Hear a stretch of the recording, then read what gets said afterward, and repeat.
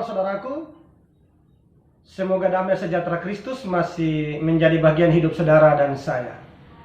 Kembali bersama saya, Pendeta Seth Elwar STH, dalam acara Kita Pasti Bisa. Mengapa? Sebab bersama-sama Kristus Yesus, kita pasti bisa.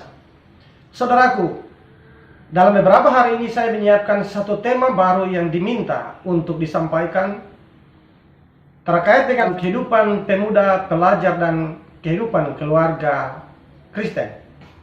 Tema yang diangkat adalah hukuman bagi mereka yang mengkonsumsi minuman keras. Saudaraku, ketika hal ini apabila disampaikan, maka pasti ada kontroversi antara saudara dan saya. Mengapa?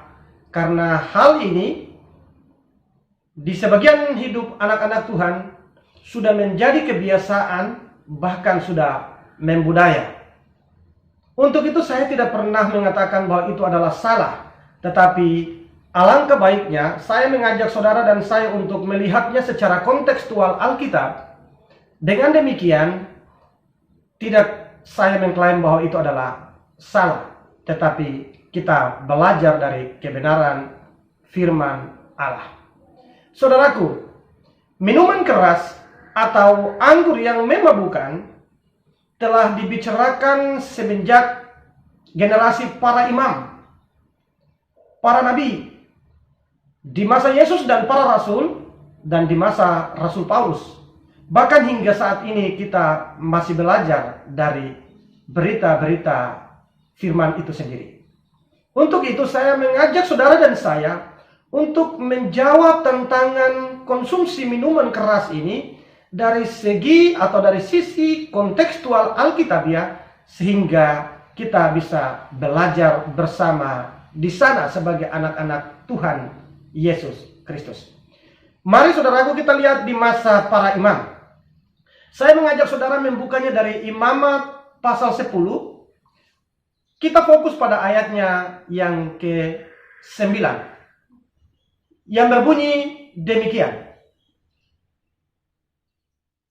Janganlah engkau meminum anggur atau minuman keras, engkau serta anak-anakmu, bila kamu masuk ke dalam kemah pertemuan, supaya jangan kamu mati. Nah saudaraku yang dikasihi, di masa para imam, kaum Lewi ternyata telah dilarang. Bahkan hukumannya adalah mati apabila mengkonsumsi minuman keras. Bukan saja kepada para imam, tetapi seluruh keturunan para imam. Dan apabila memasuki tempat kudus, kemah suci itu, dan mengkonsumsi minuman keras, hukumannya adalah mati.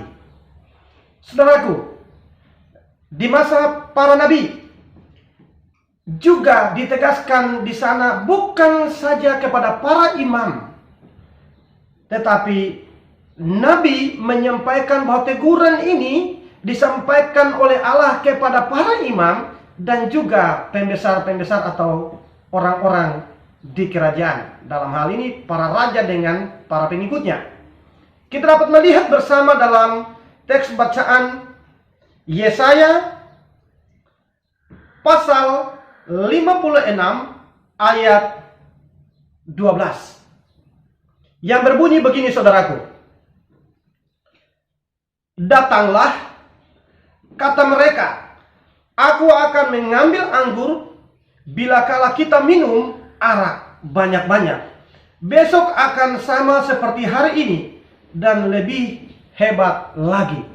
Saudaraku yang dikasihi, ini merupakan bagian bacaan jika kita baca secara keseluruhan dalam Yesaya 56, maka di sana ternyata bahwa hukuman atau kutukan itu turun bukan hanya ditujukan kepada kaum imam yang mau mencari keuntungannya di dalam pelayanan peribadatan dan juga kemudian bekerja sama dengan orang-orang dalam kerajaan, dan kemudian hidup dalam pesta pora dan kemabukan, dan bahkan hal itu dianggap biasa saja. Nah untuk itulah maka kutukan turun kepada kedua belah pihak, baik itu kaum imam maupun raja dan keluarga dan pembesar-pembesarnya. Yang berikut, saudaraku, kita dapat melihat teguran ini juga datang disampaikan oleh pengamsal sebagaimana yang disampaikan dalam Amsal 20 ayat 1. Di sana dikatakan begini, saudaraku. Anggur adalah pencemooh. Minuman keras adalah peribut. Tidaklah bijak orang yang terhuyung-huyung karenanya. Nah, saudaraku, dengan mendengar bacaan ini, ternyata di sana bahwa anggur atau minuman yang memabukkan itu adalah pencemooh. Dia selalu mencemooh atau mengejek yang namanya kebaikan. Dia mencari kekacauan. Selalu menimbulkan yang namanya keributan. Melibatkan banyak orang. Dan menyusahkan banyak orang. Sehingga di sini pengamsal memberikan gambaran bahwa ternyata dia selalu mencemooh yang baik. Dan kemudian kerjanya hanya untuk melakukan keributan, mencari masalah.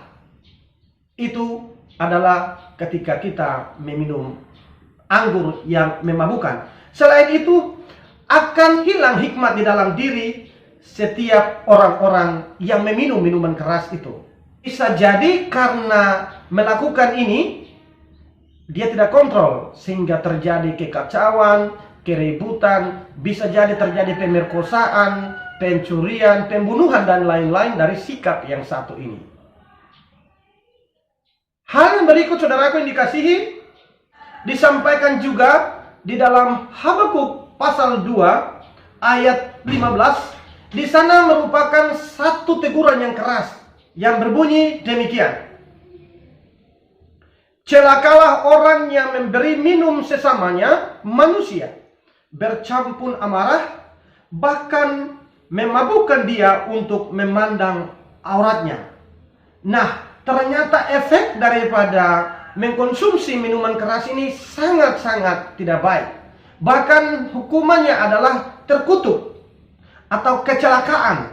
Allah akan mendatangkan musibah bagi orang yang mencampurkan minuman keras bagi sesamanya. Begini, saudaraku, saya sedikit memberikan penjelasan. Mengapa hal ini begitu keras? Disebabkan begini, saudaraku. Banyak keluarga Kristen di zaman ini karena mengklaim bahwa minuman keras atau menjual minuman keras adalah satu mata pencaharian. Tetapi kita tidak memperhatikan efek daripada apa yang kita lakukan. Contoh, saudaraku, kita yang menjual minuman keras, kita menerima hasil dari minuman keras. Tetapi apakah hasil dampak daripada yang kita lakukan? Anak-anak, remaja, keluarga-keluarga yang lain membeli minuman keras, meminumnya, dan kemudian mabuk-mabukan dan membuat kekacauan.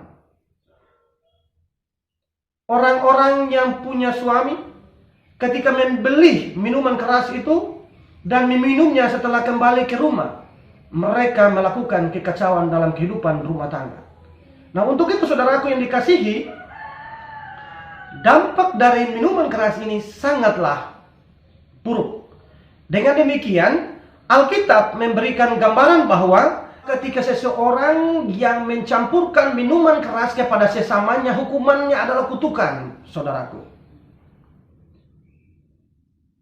Dan setiap orang yang meminum minuman keras dan kemudian mabuk, dia kurang sadar akan dirinya, siapa dirinya. Bahkan dikatakan dalam firman Tuhan ini, bahkan orang pun bisa melihat auratnya. Untuk itu, saudaraku yang dikasihi, bagian firman Tuhan dalam Habakuk ini merupakan bagian yang keras yang ditegur oleh Allah, yang disampaikan oleh para nabi. Untuk orang-orang atau anak-anak Tuhan, tidak boleh mencampurkan minuman keras atau memberikan minuman keras kepada orang lain, karena akan mempermalukan orang yang kita beri dia minuman untuk memabukkan itu. Nah, saudaraku yang dikasihi, selain itu disampaikan juga di dalam kitab Yoel pasal 1 ayat 5. Di sana dikatakan begini, saudaraku. Bangunlah hai pemabuk dan menangislah. Merataplah hai semua peminum anggur, karena anggur baru. Nah, saudaraku yang dikasihi, ketika kita membaca bagian firman Tuhan ini secara keseluruhan, di sana diajak untuk setiap orang yang suka minuman keras, yang suka memabukkan itu justru menyesali dirinya. Sebab minuman keras itu menghancurkan kehidupan orang lain. Minuman keras itu menghancurkan kehidupan pribadi, keluarga, bahkan rumah tangga. Nah, untuk itu firman Tuhan ini tepat bagi saudara dan saya untuk menyesali diri dan kemudian menghindari yang namanya minuman keras yang memabukkan itu. Selain itu, saudaraku yang dikasihi, kita melihat bersama di masa para rasul, hal ini juga diingatkan keras oleh para rasul. Kita dapat melihatnya di dalam Pertama Korintus pasal 6 ayat 10.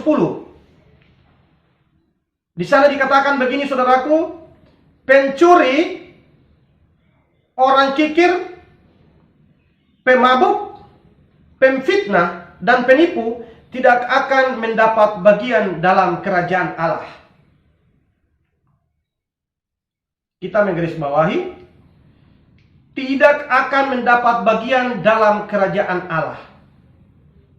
Berarti saudaraku, sudah jelas bahwa orang yang suka mengkonsumsi minuman keras, orang yang suka mabuk-mabukan, juga tidak akan memiliki kerajaan surga, atau kerajaan Allah tidak akan kita miliki. Selain itu, saudaraku dikasihi dalam Tuhan kita Yesus Kristus, disampaikan juga dalam Galatia pasal 5 ayat 21. Di sana dikatakan begini, saudaraku, kedengkian, kemabukan, pesta pora, dan sebagainya, bahwa barang siapa yang melakukan hal-hal demikian, ia tidak akan mendapat bagian dalam kerajaan Allah. Nah, Galatia 5 dan 1 Korintus 6 ayat 10 memberikan gambaran bahwa ketika setiap orang yang selalu hidup di dalam mengkonsumsi minuman keras, kerajaan surga tidak akan dimiliki apabila tidak ada kesadaran untuk memperbaiki kelakuan yang sementara jalan dalam hidupnya. Selain itu, saudaraku yang dikasihi, seperti yang dikatakan oleh Rasul Paulus di dalam Efesus pasal 5 ayat 18. Efesus 5 ayat 18, di sana dikatakan begini, saudaraku. Dan janganlah kamu mabuk oleh anggur, karena anggur menimbulkan hawa nafsu, tetapi hendaklah kamu penuh dengan roh. Nah, ini selain larangan juga ajakan untuk berbalik dan hidup di dalam roh. Dilarang untuk mengkonsumsi minuman keras dan meninggalkan minuman keras. Dan alangkah baiknya anak-anak Tuhan yang hidup di dalam Yesus Kristus meninggalkannya dan hidup dalam roh. Itu berarti bahwa di sini diajak untuk anak-anak Tuhan hidup dalam pekerjaan-pekerjaan roh. Artinya pekerjaan-pekerjaan yang mendatangkan damai sejahtera, sukacita, dan keselamatan bagi hidup saudara dan saya. Dengan demikian, minuman keras tidak lagi berkuasa atas diri kita. Selain itu, saudaraku, kita juga dapat melihat larangan tentang minuman keras ini di dalam Lukas pasal 21 ayat 34. Di sana dikatakan begini, jagalah dirimu supaya hatimu jangan syarat dengan pesta pora dan kemabukan, serta kepentingan duniawi, dan supaya hari Tuhan jangan dengan tiba-tiba jatuh ke atas dirimu seperti suatu jerat. Nah, saudaraku yang dikasihi, di sini firman Tuhan mengajak setiap anak-anak Tuhan untuk selalu menjaga dirinya untuk tidak hidup di dalam pesta pora dan kemabukan. Mengapa saudaraku? Karena saudara dan saya, kita tidak tahu kapan datangnya hari Tuhan itu. Sehingga ketika tiba-tiba hari Tuhan itu datang, maka akan menjadi suatu kutukan atau jerat bagi kita, dan kemudian kita binasa dalam kehidupan mabuk-mabukan itu. Nah, ini berarti bahwa peringatan yang sangat keras untuk saudara dan saya. Apabila kita tidak sanggup atau tidak mampu menjaga diri kita sebagai anak-anak Tuhan untuk menghindarkan diri dari mabuk-mabukan dan pesta pora. Selain itu, saudaraku yang dikasihi dalam Tuhan kita Yesus Kristus, sebagaimana yang dituliskan di dalam Roma 13 ayat 13, di sana disampaikan oleh Rasul Paulus seperti begini. Marilah kita hidup dengan sopan seperti pada siang hari, janganlah dalam pesta pora dan kemabukan, janganlah dalam percabulan dan hawa nafsu, janganlah dalam perselisihan dan iri hati. Nah, saudaraku yang dikasihi, ternyata Rasul Paulus pun memberikan nasihat bahwa ternyata minuman keras ini sangat besar dampaknya untuk membuat kekacauan, menghadirkan sesuatu yang tidak diinginkan. Untuk itu, anak-anak Tuhan diajak dan diajarkan untuk meninggalkan pesta pora, hidup mabuk-mabuk, dan kemudian hidup berdasarkan firman Tuhan. Selain itu, saudaraku yang dikasihi dalam Tuhan kita Yesus Kristus, dalam Yesaya pasal 5 ayat 22, dikatakan di sana seperti ini, saudaraku. Celakalah mereka yang jago minum dan juara dalam mencampur minuman keras. Ini merupakan hukuman yang sangat berat bagi orang yang suka mencampur minuman keras. Ini adalah sebuah kutukan bagi setiap orang-orang yang mau terus mengkonsumsi minuman keras, dan bagi mereka yang senantiasa mencampur minuman keras itu. Saudaraku, di sini dari beberapa bagian firman Tuhan yang disampaikan ini, ternyata kita lihat di sana bahwa minuman keras itu sangat-sangat dilarang keras. Dari masa para imam, para nabi, masa Yesus dan 12 rasul, bahkan di masa Rasul Paulus, hingga kita di saat ini, minuman keras tetaplah menjadi larangan bagi setiap orang percaya untuk mengkonsumsinya. Nah, untuk itu saudaraku yang dikasihi, tugas kita adalah memberitakan firman untuk setiap anak-anak Tuhan. Alangkah baiknya meninggalkan minuman keras dan hidup di dalam roh, sehingga roh itu menghadirkan buah-buah kebaikan, kebajikan, sukacita, damai sejahtera, dan kehidupan yang kekal bagi saudara dan saya. Dengan demikian, saudara dapat memperhatikan kembali bagian firman Tuhan yang telah saya sampaikan, dan biarlah menjadi peringatan bagi kita semua untuk menata hidup kita sebagai anak-anak Tuhan, tidak hidup di dalam kemabukan dan pesta pora, sebab Tuhan Yesus mengasihi saudara dan saya. Tuhan memberkati saudara dan saya. Amin.